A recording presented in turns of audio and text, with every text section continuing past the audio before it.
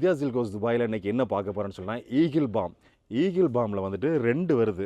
ஒன்று வந்துட்டு மஸ்கலர் பாம், இது வந்துட்டு ஹார்டு ரெட் கலரு.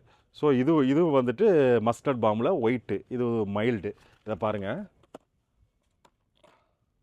ரெட்டு வந்துட்டு இந்த இருக்குது பாருங்கள், ரெட்டு. ஸோ ரெட்டு வந்துட்டு கொஞ்சம் ஹார்டாக இருக்கும். இது எப்படி சொல்லிட்டேன்னா உங்களுக்கு வந்துட்டு பேக் பெயினு, அப்புறம் வந்துட்டு முழங்கால் வலி, அப்புறம் அந்த நெக் பெயினு, அதுக்கெலாம் வந்துட்டு நல்ல யூஸ்ஃபுல்லாக இருக்கும். முழங்கால் வலிக்கு அதிகமாக போடுறாங்க, நல்லா இருக்கும் அது.